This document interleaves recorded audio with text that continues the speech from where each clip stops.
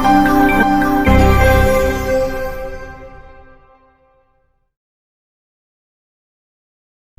Friends, welcome back to CSC gate hub. जो topic आज हम डिस्कस करेंगे प्रोग्रामिंग एंड डेटा स्ट्रक्चर में, वो है कॉलिजन रिजोल्यूशन टेक्निक्स की जो third technique, basically second technique का जो सेकंड टाइप होता है क्वाड्रेटिक प्रोबिंग, वो हम डिस्कस करेंगे।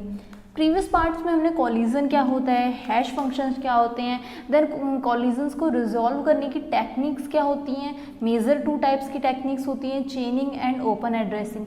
तो हमने चेनिंग भी देख लिया। ओपन एड्रेसिंग के फर्दर 3 टाइप्स होते हैं, linear probing, quadratic probing and double hashing. Linear probing हमने प्रीवियस पार्ट में डिस्कस किया था, अब इस पार्ट में हम क्वाड्रेटिक प्रोबिंग डिस्कस करते हैं। अब क्वाड्रेटिक प्रोबिंग में क्या होता है, सेम एज लीनियर की तरह ही होता है, बट इसमें जो हमने वहाँ पे सिंगल आई यूज़ किया था ना, यहाँ पे उसकी जगह थोड़ा सा और फॉर्मूला मॉडिफाई हो जाता है। तो हम डायरेक्टली मेथड वही है, स्ट्रेटजी वही है, कॉलिजन को हमें रिजॉल्व करना है, तो ओवरऑल कंसेप्ट वही है।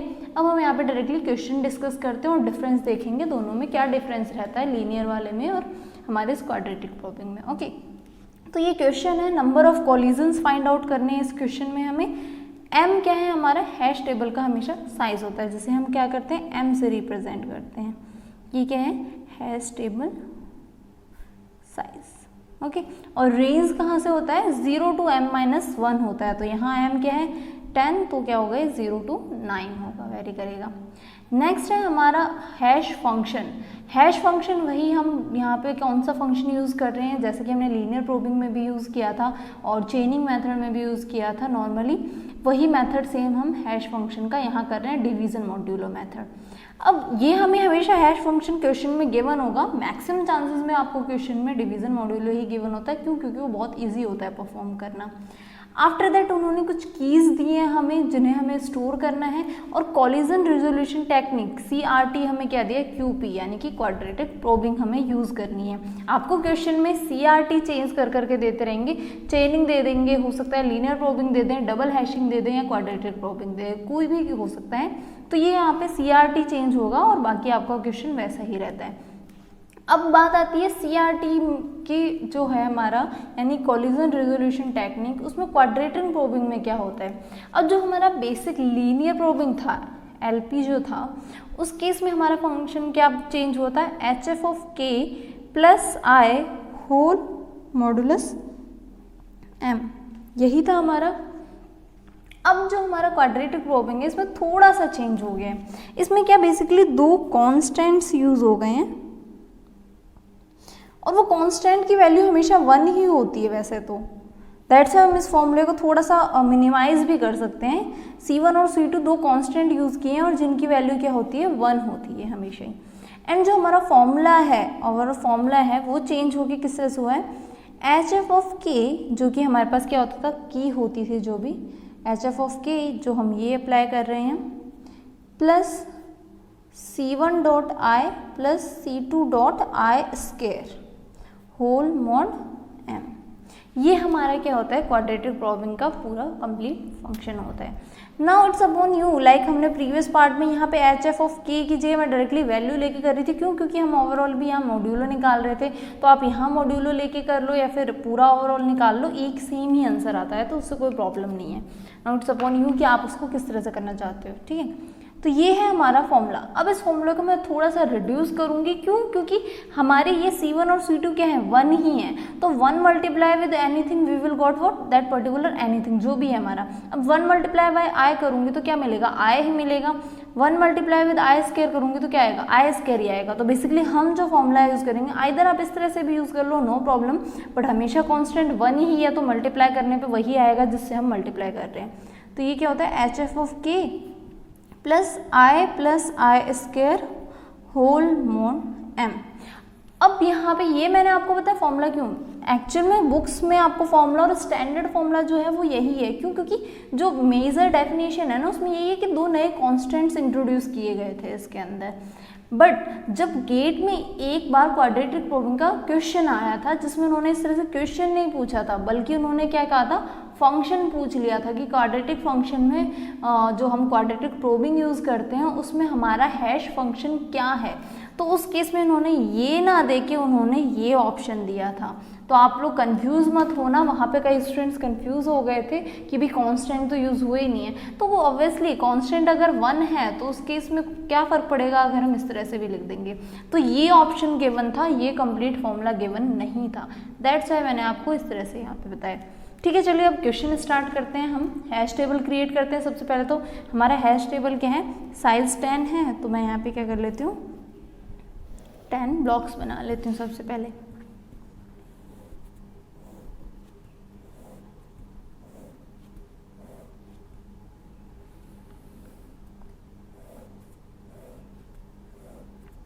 ओके, ये हमारी हैश टेबल बन गई।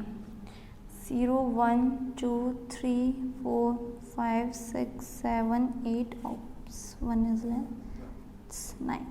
ये हमने हैश टेबल क्रिएट कर ली। अब हमें इस हैश टेबल में क्या करना है कि कीज़ स्टोर करनी है यूजिंग दिस फॉर्मूला। तो अप्लाई करते हैं। आइदर आप एच एफ ऑफ के अकॉर्डिंग यहाँ से इसका मोड ले लो, क्यों, क्योंकि एच एफ ऑफ के क्या है, के मोड एम। तो बेसिकली इस यहाँ पे जब हम इसको फिल करेंगे तो ये क्या है, के मोड एम है। तो आइदर आप इसका सॉल्व कर लो, लाइक 25 का के मोड एम यानी 25 मोड 10 अगर मैं करूँगी तो क्या आएगा 5 आएगा। तो यहाँ पे आइदर मैं 5 पुट कर लूँ या मैं 25 के बेसिस पे भी सॉल्व करूँगी ना, तब भी कोई दिक्कत नहीं है, क्योंकि ओवरऑल फाइनल मुझे मोड मिलना ही है। तो आप भले वैसे कर लो, लाइक मैं तो हमेशा डायरेक्टली की को ही पुट करती हूँ, ताकि 2 बार यहाँ पे कंप्यूटेशन ना करनी पड़े, एक बार यहाँ पे भी मोड लें, एक बार यहाँ भी मोड लें। एक्चुअल फॉर्मूला वही है कि यहाँ पे भी आप मोड करके जो वैल्यू आई है वो करो, बट मैं डायरेक्टली क्वेश्चन ले लेती हूँ, क्यों, क्योंकि ओवरऑल जो मोड है वो भी अपने आप में फाइनल आंसर हमें वही देगा जो यहाँ से मैं वैल्यू चेंज करके लूँगी। मैं आपको एग्जाम्पल भी दिखा देती हूँ कि कैसे सेम रहेगा। देखो, एक है एच एफ ऑफ के, सबसे पहले मैं क्या कर रही हूँ 25 को स्टोर कर रही हूँ। ठीक है, 25 के लिए एच एफ ऑफ के क्या है, के मोड एम, ये हमें गिवन है। तो 25 मोड 10 क्या आएगा 5 प्लस 1 डॉट, और आई सेम वही है जैसा कि लीनियर प्रोबिंग में था। क्या होता है हमारा आई हमेशा क्या होता है, for all I 0 to m-1, ये हमारा आई का रेंज होता है। 0 से m-1 तक आई वेरी करेगा हमारा। तो इनिशियली आई की वैल्यू क्या होगी हमारी 0 plus 1 dot 0 square I square whole mod m, that is what 10। ठीक है, तो ये क्या हुआ हमारा, ये 0 हो जाएगा, ये 0 हो जाएगा, 5 मोड 10 हमें क्या मिलेगा 5 मिलेगा यहाँ से। तो एक तो ये हो गया इसे सॉल्व करके। अब मैं सेम यही दिखाती हूँ आपको कि अगर मैं बिना इसको सॉल्व किए डायरेक्टली 25 को पुट कर दी तब भी सेम आंसर आता। जस्ट एक बार हम लेते हैं ताकि कंप्यूटेशन थोड़ी सी कम हो जाए, और कुछ नहीं है। यहाँ तो हमें 10 गिवन है, दैट्स व्हाई हम डायरेक्टली मोड ले रहे हैं। लेकिन कई बार आपको 10 नहीं गिवन हो तो आपको ये भी कंप्यूट करना, देन ये भी कंप्यूट करना है, उस केस में वेरी कर सकता है। तो बेटर है आप कंप्यूट कर लो, बट 10 के केस में ऐसा नहीं है, वहाँ डायरेक्टली आप निकाल सकते हो जो भी वैल्यू आएगी। लाइक अगर मैं यहाँ 25 भी डायरेक्टली पुट करती हूँ तो क्या हो जाएगा 25 प्लस 1.0 0 1.0 स्क्वायर 0 होल मोड 10, तब भी क्या आता मेरे पास 5 आंसर आता। तो इस केस में भी मेरे पास सेम वैल्यू आ रही है। ठीक है, तो अब हम 25 को कहाँ स्टोर करेंगे, वहाँ जहाँ पे हमारा जो एड्रेस है हैश टेबल में वो क्या है 5 है, यहाँ है। तो हम यहाँ क्या करेंगे 25 को स्टोर कर देंगे। तो यहाँ पे मैंने 25 स्टोर कर दिया। ठीक है, नेक्स्ट अब वैल्यू क्या है हमारी 98। तो 98 के लिए भी हम कंप्यूट करते हैं। तो यहाँ क्या होगा, आइदर 98 का आप मॉड्यूलो ले लो तो क्या आएगा, एच एफ ऑफ के अकॉर्डिंग हमारा 98 क्या आएगा 8 बन जाएगा। 8 plus 1.0 square, sorry 1.0 plus 1.0 square. तो मैं बेसिकली ये फॉर्मूला डायरेक्टली यूज़ कर रही हूँ, क्योंकि 1.0 का कोई सेंस नहीं बनता, वो 0 ही आता है। 1 मल्टीप्लाई विद एनीथिंग ही आएगा। तो ये क्या हो जाएगा, आई की वैल्यू क्या है 0 प्लस 0 स्क्वायर होल मॉडुलस 10, क्या वैल्यू आएगी हमारे पास 8। ओके, तो हमें कहाँ पे स्टोर करना है 98 को, जहाँ पे हमारे पास जो एड्रेस है वो क्या है 8 है हैश टेबल में। तो ये हमारे पास ये रहे, यहाँ हमने क्या कर दिया 98 को स्टोर कर दिया। ओके, ये हमारा हैश टेबल। Next is 57। अब हमें 57 को स्टोर करना है।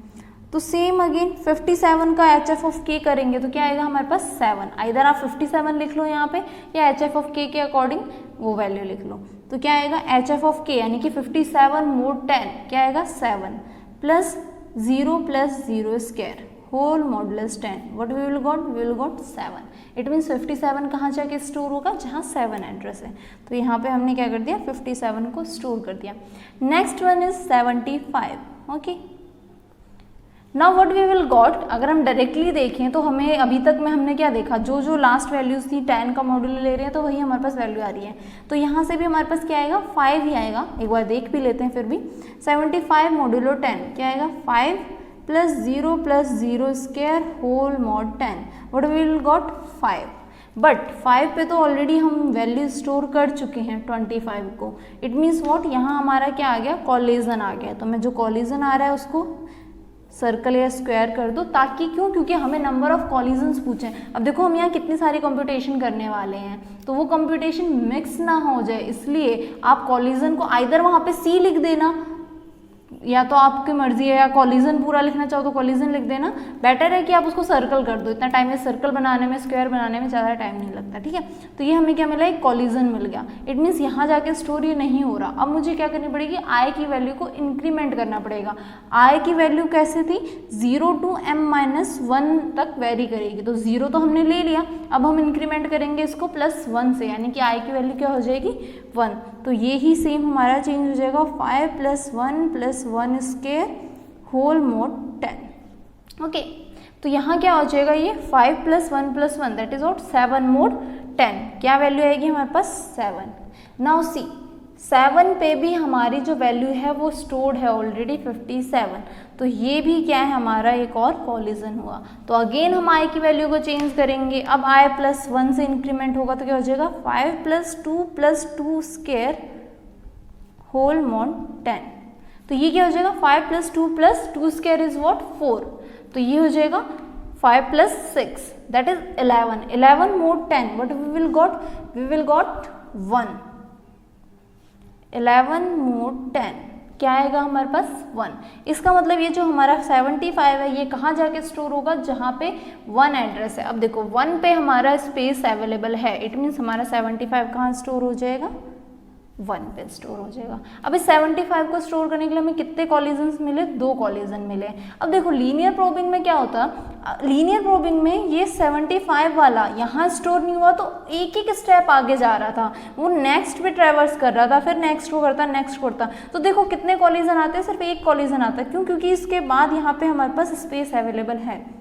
लेकिन क्वाड्रेटिक प्रोबिंग लीनियर प्रोबिंग जैसा नहीं है, ये जंप करता है। देखो यहाँ के बाद यहाँ आया 25 पे चेक किया इसने, 5 पे, फिर कहाँ आया 7 पे आया, देन इसने इसको जंप करके कहाँ पहुँच गया 1 पे, जबकि लीनियरली नहीं चल रहा है। दैट्स लीनियर मेथड में क्या होता था, हम लीनियरली 1 by 1 चेक करते हुए जाते थे। यहाँ पे क्या है, डायरेक्टली हम जंप करते हैं, अलग अलग पे रैंडमली हम जंप करते हैं और हम देखते हैं कि क्या वहाँ स्पेस अवेलेबल है या नहीं है। और वो रैंडमली जो जंप है वो इस फॉर्मूले के थ्रू है, मतलब वो रैंडम जंप भी नहीं है, एक फॉर्मूला अप्लाई करेंगे जिससे हमें कुछ जंप्स मिलेंगे और हम वहाँ जंप करके वहाँ चेक करते हैं कि स्पेस अवेलेबल है या नहीं है। तो ये है 75 का हमने स्टोर किया। अब हम करते हैं रिमेनिंग वैल्यूज़ को स्टोर करते हैं। Let me use a different page.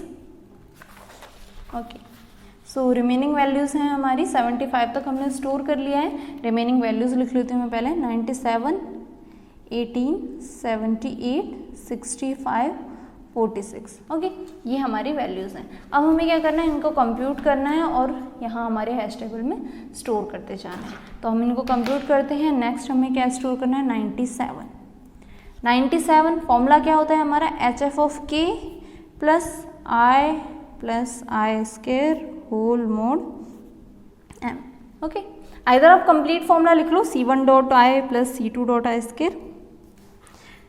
अब यहाँ हम देखते हैं 97 HF(k) भी मैं बता देती हूँ क्या था, HF(k) था K mod m, ये हमें क्वेश्चन में गिवन है। ओके, K mod m है, तो HF(k) हमारा K क्या है, 97 mod m, 97 mod 10 क्या आएगा हमारे पास, 7, प्लस I की इनिशियल वैल्यू क्या होगी, 0 + 0 का होल स्क्वायर, सॉरी 0 का स्क्वायर होल मॉड m। तो यहाँ से हमें क्या वैल्यू मिलेगी, 7। अब देखो जो 7 है वो तो हमारा फ्री नहीं है, 7 स्पेस पे हम इसको स्टोर नहीं कर सकते। इट मीन्स ये क्या है, हमारा एक कॉलिजन है। सो हम क्या करेंगे, इंक्रीमेंट करेंगे हमारे I को। तो आई रेंज होती है 0 to m-1 तक की, तो आई को 1 1 1 इंक्रीमेंट करेंगे। तो नेक्स्ट होगा 7 + 1 square whole mod m, that is what 10, it's 10। Okay, तो ये क्या हो जाएगा 7 + 1 + 1 दैट इज व्हाट 9, 9 मॉडुलस 10 क्या आएगा हमारे पास यहाँ से 9 आएगा। अब जो हमारा हैश टेबल है उसमें 9 में स्पेस अवेलेबल है, इट मीन्स व्हाट हम यहाँ पे स्टोर कर सकते हैं इसको। तो कौन सी वैल्यू थी हमारी 97 की है, इसे हम कहाँ स्टोर कर सकते हैं 9th प्लेस पे स्टोर कर सकते हैं, तो हमने कर दिया। नेक्स्ट वैल्यू हमें जो की स्टोर करनी है वो है 18। ओके, सो 18 के लिए अगेन फॉर्मूला है हमारा HF(k + I + I² whole mod 10।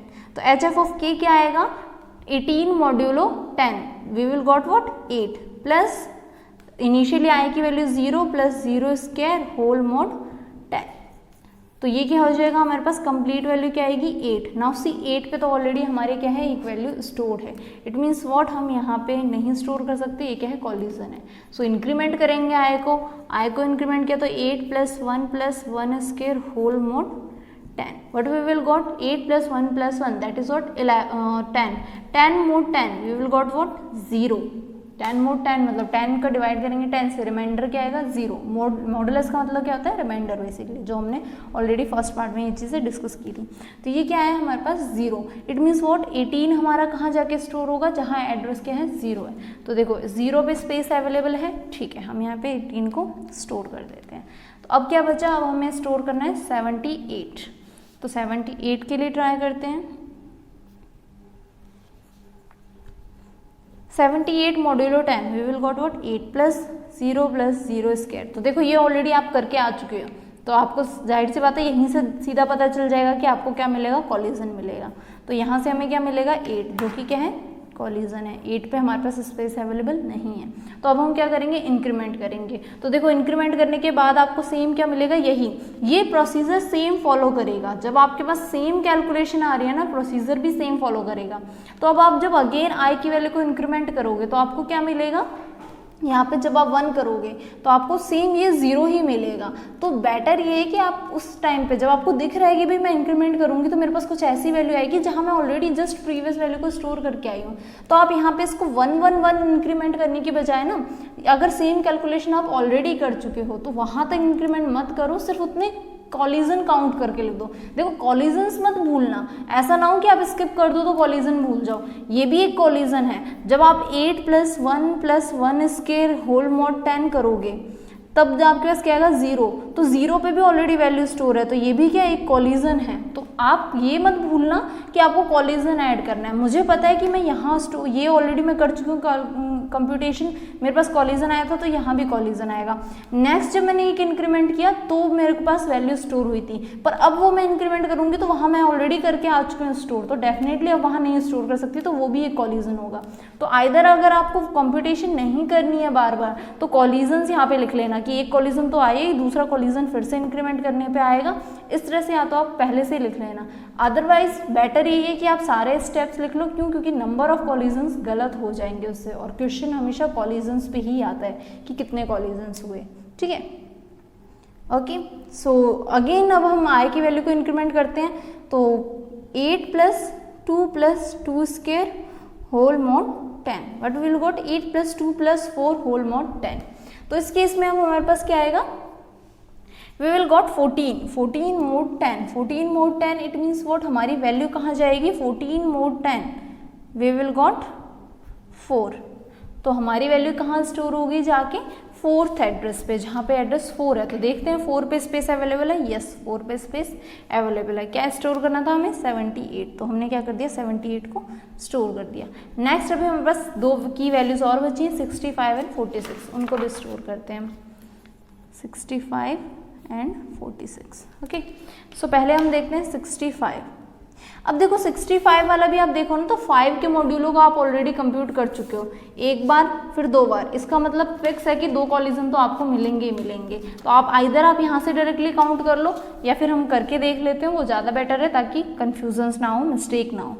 तो क्या हो जाएगा HF(k) वॉट 65 मॉड्यूलो 10 क्या आएगा 5 + 0 + 0² mod 10, what we will got 5 पे ऑलरेडी वैल्यू स्टोर है।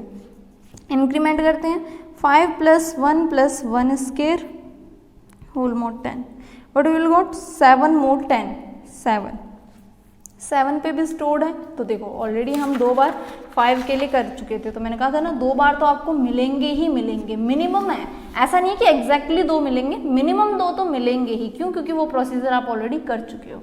ठीक है, नेक्स्ट अगेन हम इंक्रीमेंट करेंगे तो क्या होगा 5 + 2 + 2 square mode 10, that will be what 5 + 2 + 4 modulo 10। तो ये क्या हो जाएगा 11 मोड 10। अब 11 मोड 10 के केस में भी हमारे पास क्या आएगा यहाँ से 1। अब 1 वाले स्पेस पे भी हमारी वैल्यू स्टोर नहीं हो सकती क्योंकि वहाँ ऑलरेडी वैल्यू स्टोर है। इसका मतलब क्या, फिर से हम इंक्रीमेंट करेंगे।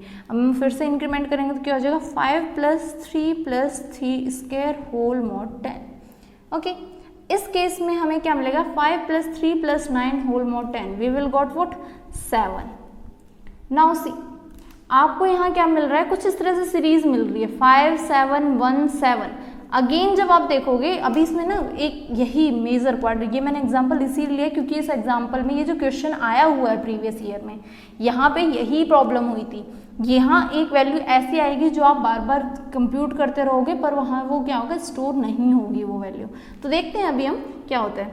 नेक्स्ट अगेन इंक्रीमेंट करते हैं, यहाँ पे भी स्टोर नहीं हो तो क्या हो जाएगा 5 + 4 + 4 square whole mod 10, what we will got 5 + 4 + 16 modulo 10। इसका हमारा आंसर क्या आएगा 5।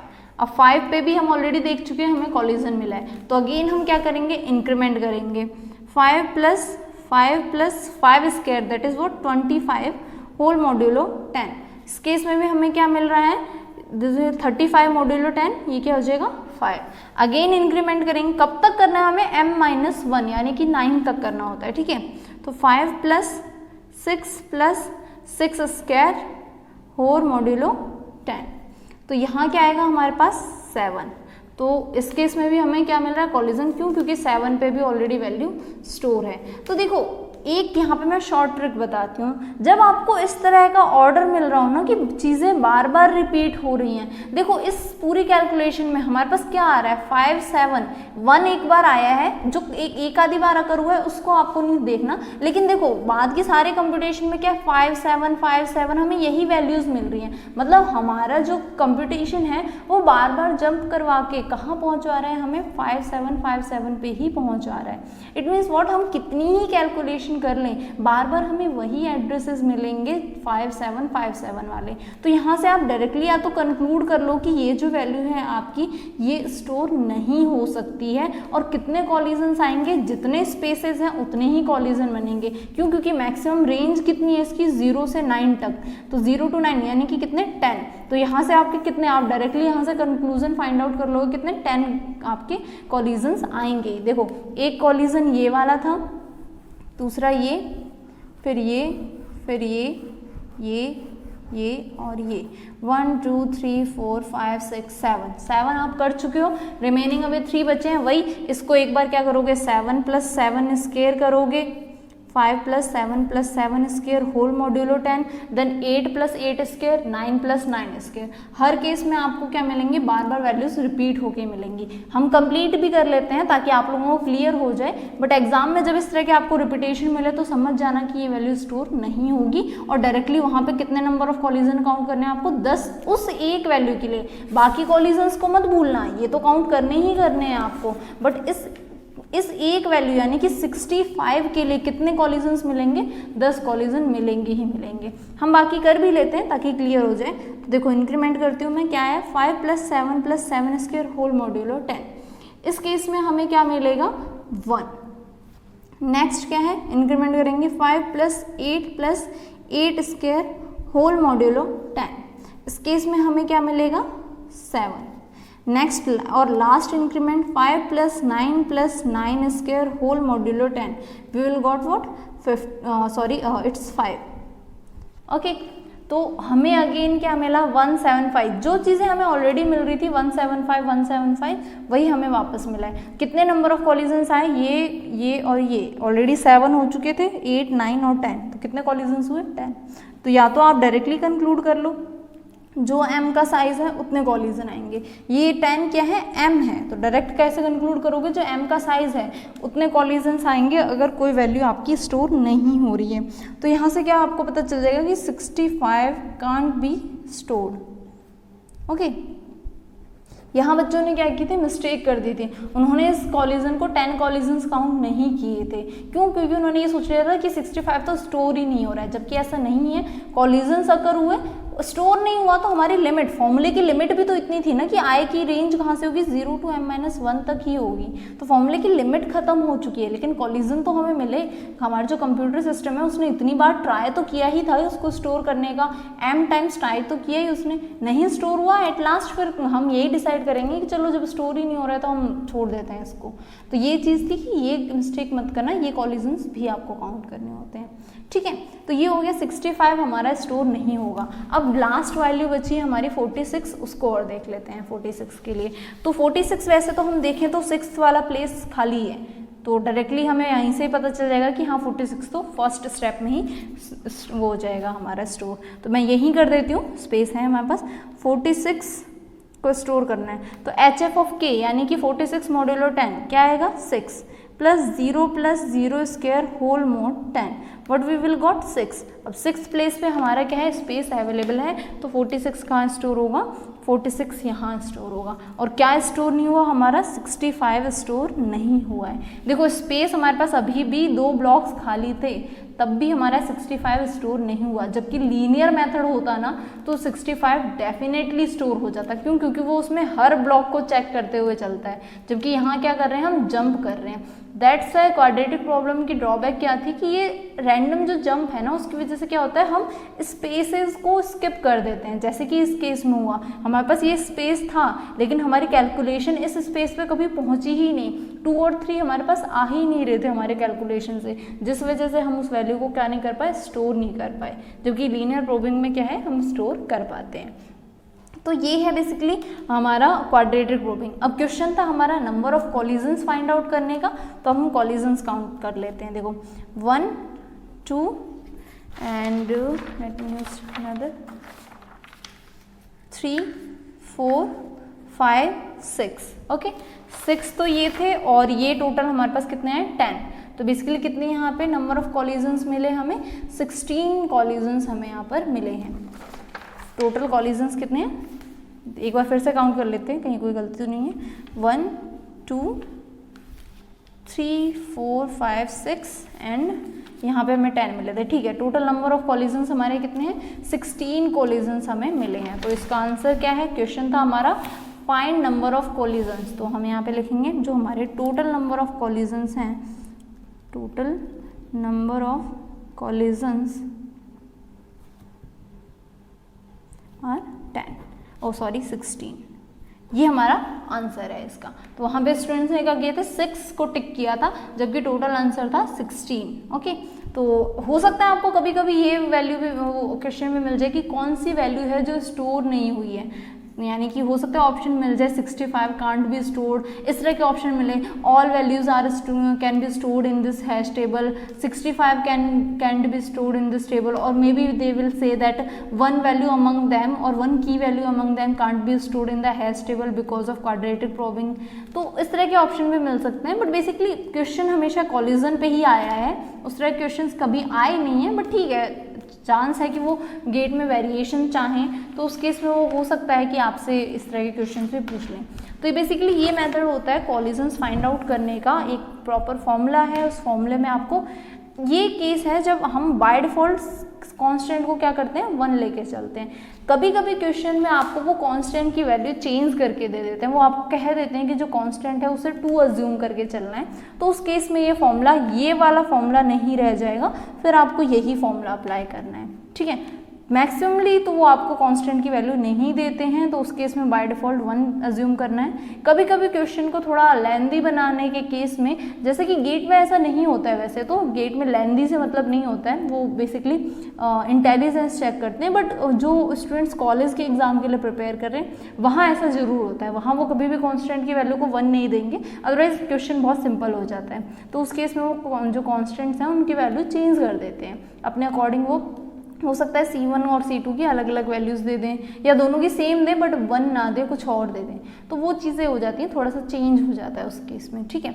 और इसमें एक क्वेश्चन और बनता है, अभी मुझे सडनली याद आया, कि अगर कांस्टेंट की वैल्यू हम 0 कर देते हैं तो ये कौन सा मेथड बन जाएगा हमारे, ये जो है, जो हमारा फॉर्मूला है, ये फॉर्मूला क्या हो जाएगा। तो बेसिकली हम देखें तो अगर कांस्टेंट 0 होगी तो 0 मल्टीप्लाई विद एनीथिंग हमें क्या मिलेगा, 0। तो रिमेनिंग क्या बचेगा, एच एफ ऑफ के है, यानी कि K mod M whole mod M, हमें यही मिलेगा बस। तो बेसिकली ये किसके इक्वल हो जाएगा, एच एफ ऑफ के मोड एम, और एच एफ ऑफ के हमारा क्या है, के मोड एम है। तो बेसिकली डबल टाइम्स हम मोड परफॉर्म कर रहे हैं और कुछ नहीं है। तो ये हमारा आंसर है। तो ये बेसिकली क्या है, ये नॉर्मल एच एफ ऑफ के इक्वल ही बन जाता है, यानी कि डिवीजन मॉड्यूलो मेथड के इक्वल बनता है। क्यों, क्योंकि अभी मैंने जस्ट आपको डिफरेंस बताया, मैं पहले मोड करके फिर यहाँ पे अगेन मोड करूँ तो भी मुझे वही वैल्यू मिल रही थी जो विदाउट मोड किए मुझे मिल रही है। तो बेसिकली ये इनडायरेक्टली क्या बनेगा, एच एफ ऑफ के ही बनेगा, जो कि क्या है, के मोड एम है, और वो क्या होता था, हमारा डिवीजन मॉड्यूलो मेथड होता है। तो ये क्वेश्चन भी एक बार पूछा गया था कि अगर हम कॉन्स्टेंट को 0 कर देंगे तो जो हमारा ये क्वाड्रेटिक प्रॉब्लम है वो कौन से मॉड्यूलो हैश फंक्शन में कन्वर्ट हो जाएगा, तो उसका आंसर था डिवीजन मॉड्यूलो मेथड में, ठीक है। तो इस तरह के कुछ 1-2 क्वेश्चंस थोड़े से वेरिएशन बन के आ जाते हैं फॉर्मूले में चेंज करके, तो वो तो बेसिक कंसेप्ट है। जैसे आपका बेसिक कंसेप्ट क्लियर हो जाएगा, आप लॉजिक्स के अकॉर्डिंग वो क्वेश्चन भी अटेम्प्ट कर सकते हो। So this is all about the quadratic problem. If you have any of the doubt related to the quadratic problem or any of the other topics which we have discussed in earlier videos, then you can ask me in the comment section. Thank you so much for watching this video.